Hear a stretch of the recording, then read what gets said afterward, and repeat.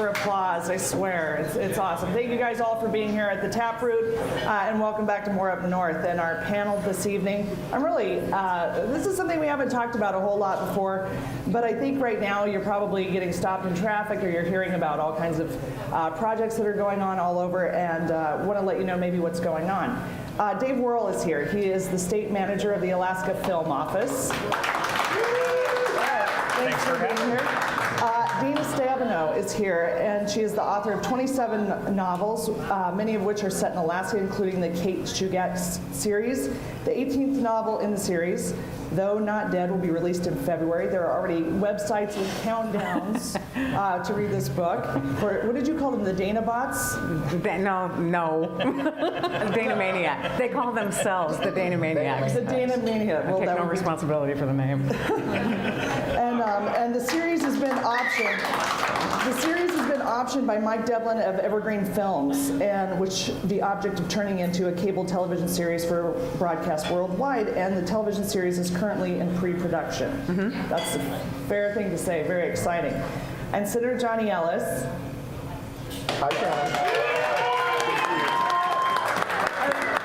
I tell you, the only person that's ever claimed to have any part of a fan club for me is you, but I'm the president of that fan club. Well, and I'm the president of yours. It's only fair. Mutual admiration. He was first elected in '92. He's the Senate Majority Leader, which is a pretty powerful job if you didn't know, which is awesome. Senator Ellis sponsored legislation that provided tax breaks designed to lure filmmakers to Alaska and make the state competitive with other film locations like Vancouver, which is in a different country, or Washington, or all these other places.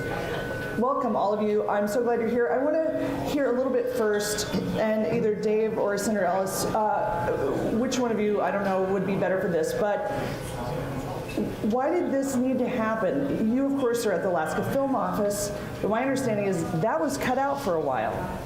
It was. Alaska had a film office until the mid-90s.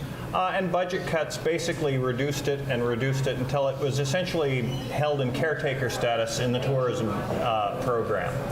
Well, we were at $9 a barrel. Yes. Exactly. Something had to go, and it was the movies. Exactly. And so for over a decade, Alaska really had no presence in the industry, and we saw a precipitous decline in the number of productions actually coming to Alaska. We saw a lot of films set in Alaska, but almost none filmed in Alaska. Right, with few crickets. exceptions. They would have crickets, or it would get dark in the summertime. Everybody knows that doesn't happen. Or there'd be vampires in Barrow. Yeah, there's a lot of films that they've filmed here, but none of them here. Set in Alaska and filmed elsewhere. Right, so this came back. You decided that maybe that would be a good thing for Alaska. Well, I just got aggravated that so many things were being filmed elsewhere. We were losing out on the jobs, the small business opportunities, the tourism potential, and I wanted Alaskans to get those jobs. So it really came to a head when Senator Bert Stedman from Sitka co-chairs the Senate Finance Committee, and I serve on that committee. And I said, Bert, aren't you a little aggravated that Sandra Bullock is filming this movie, whether you thought it was a cheesy movie or not, this romantic comedy, the proposal in Massachusetts, but it's set in Sitka, Alaska. So he represents proudly Sitka, Alaska, and said, well, do you have a proposal to change that? And I said, yes, I've got a bill for you. We're going to try and get Alaska into the game. And it's only if the jobs and the money come to Alaska will we invest a small percentage in these productions. So it's not speculative. I think it's a good investment. Well, yeah, and why would you want to film Sitka anywhere other than Sitka? Really, Exactly. There's no other place in the world that's as beautiful except for, maybe Homer. Sure. But, Homer. No, it's just so amazing there. And you can't fake the Tongass. You can't fake, the Straits there. It's really outstanding. So, so you introduced this bill. What kind of opposition did you get? Well, there was a bit of opposition that some other states had. There's always opposition. Tom Wagner voted against illegalizing bestiality, for God's sake. That is true. There's always that one person in Shannon, that's a different show altogether. Well, Wagon for Wagner. Something like that. In Kenai. There was some, and it was good to have some naysayers and some folks say, hold our feet to the fire and make sure that this was structured in the right way, because you don't want to just give away money and say... Not unless they're an oil company. If we build it, they will come. We did that with grain terminals. Well, Right. yeah, with the oil companies, yeah. I'm more of the mind that if Alaskans benefit from the investment, then we'll participate and be a partner with some of these folks and some of these industries. But Alaska was one of the last 5 to have a film office and to have a film incentive program. And other states like New Mexico and Louisiana, for goodness sake, have successful incentive programs and have brought jobs to their states. The Guardian, that was about Kodiak and Coast Guard folks. And Kevin Costner, Kevin Costner very and hot. Ashton Kutcher.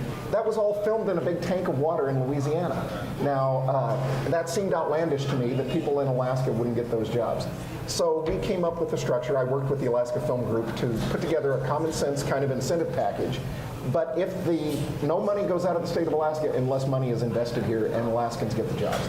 And that seems like a good trade-off. It's a 5-year experiment. If it pans out and we agree as Alaskans that this was worthwhile in terms of jobs and small business opportunities, we could see about re-upping the program. But right now, it's an experiment. And when this was all going down, Dana, you were at home typing, I presume, on a book. Did you ever think that this would be happening? I mean, you have a huge following with your writing. Worldwide. And, absolutely. And I paid him to say that. No, and I'm sure people envisioned it or would ask you, but to actually have the opportunity to have Alaskans in Alaska working on a project that you sat and typed out is pretty remarkable. It's amazing to me, particularly since there's been interest from the film world in the Kate Shugak series from the get-go. I have turned down all kinds of offers because my first question when somebody makes an offer is, will you film in Alaska? And the answer has always been no. Until, I mean, that's actually, you'll probably really enjoy this, Senator.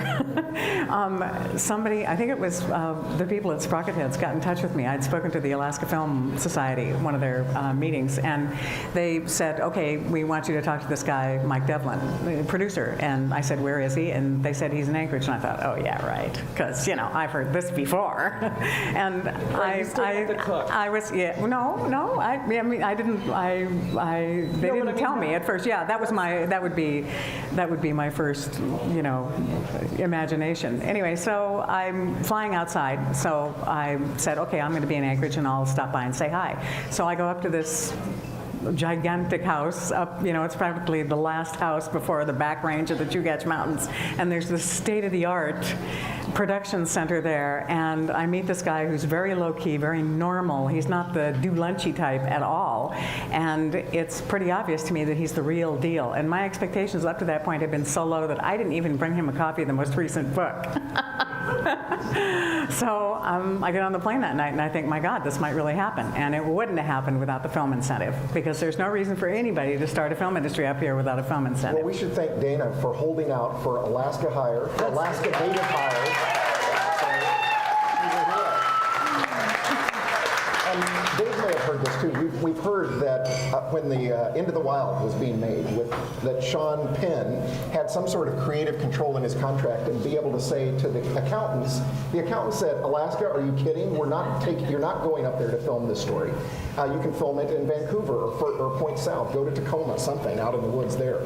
And Sean Penn had it in his contract that he had creative control at some level to say, hell no, we're going to Alaska. We're recreating the bus out in the woods and filming, where the kid starved himself to death there. And it's become a weird tourist attraction, that whole It is. book Why didn't they and just movie. go out to that one?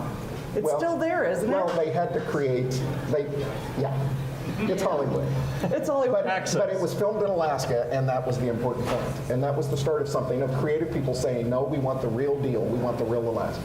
And I love seeing, whenever they have, the Eskimos, as they put it, part 4, and you'll see them at the end of the titles, these people, you're like, no, they're not. Nobody knows that. But to have real Alaska Native people representing their characters, I think is really, I know it's Hollywood, but for God's sakes. And we structured the film incentive, and Dave can go through there's a 30% base credit, and then there are add-ons for other incentives. Exactly. The base rate is 30%. There's an additional 10% for all their Alaska hires. There's an additional 2% for filming in rural areas. and an additional 2% for filming in the off-season, October through March. So, Off-season? Off-season. No production is ever going to get a full 44% on everything they do, the way it's structured. But without an incentive program, people are not going to be looking at Alaska. It is that simple. It is all about the money. It's a dowry, isn't it? A Cold Day for Murder, the first in the Kate Shugak series, would have been an HBO movie if they'd shot it in Alaska. Really? Yeah. No, a guy named Bill Bell, who was, he's dead now. I think he just died last year. Was a very, had a huge reputation in Hollywood. He was a producer for The Young and the Restless, long-running soap opera, and he had a reputation for getting the job done. And they offered me a lot of money. And I said, will you film in Alaska? No. I mean, they wouldn't even think about it. The instant, that was it. It was a deal breaker. They were done. But for Everybody Loves Whales, they're building sets here all around town. I mean, we can't really see it. It's all very secretive and hidden away, but they're hiring carpenters and electricians, and I know so many union people, non-union people, friends of mine that are getting parts in this film. And it's exciting that Alaskans are benefiting. Who would have thought that would happen here? Or that they would be filming in the winter, that they would be going to Barrow, they would be hiring Alaska Native people. It's working out. And don't you remember when all of this happened? I mean, this film, Everybody Loves Whales, it was like, what is all the fuss? You're going to get them freed and someone's going to eat them. But it was an international sensation. There were people all over the world following this, and they've taken surveys. People are still emotional about that story from 1988 all over the world. So it has potential to be a big international. Well, and we do have to recognize this is not a documentary. It really is boy meets girl meets whale. Yes. Yeah. You say that like it's not as romantic as we all know it really is. Well, I call it Northern Exposure meets Free Willy, but the whole the love story and the whole family angle is going to be part of the movie, and I think that's what will sell the story. It is. I think it's a great example. But interestingly, it's not the first movie that's filmed in Barrow over this program. We are just in the process of approving a tax credit for a film called On the Ice by an Alaskan filmmaker by the name of Andrew McLean, shot in Barrow this past spring. He's a filmmaker, grew up in Barrow, went to New York to go to film school, came back, shot a short, which won all kinds of awards in festivals around the country. He came back and turned it into a feature film, which is just completed shooting. And that will be another film featuring Barrow, actually shot in Barrow. And Dave, don't you think that the future of this industry for Alaska, and so often in the legislature, we talk about trying to diversify the Alaskan economy, and it's very rare that we're able to do something this positive and on this scale. But don't you think that we, as Alaskans, don't want a boom and bust of one big Hollywood production, or maybe two Hollywood productions? We're hoping for that next one that could come along. Got to keep that secret. But our future may be smaller, incremental film and television productions that are Alaskan stories that aren't the big Hollywood production to keep people working. Absolutely. I think we should have a soap opera filmed in Wasilla. There is big potential, that's for sure. We already have it. Mike Devlin says that the way to get an industry up and running is to have a long-term dramatic television series, 1 hour, that provides employment in film jobs and related industry for 10 months out of 12 of every year. That would be your book. We've got to run to a break. We're going to come back with more from our panel on More Up North.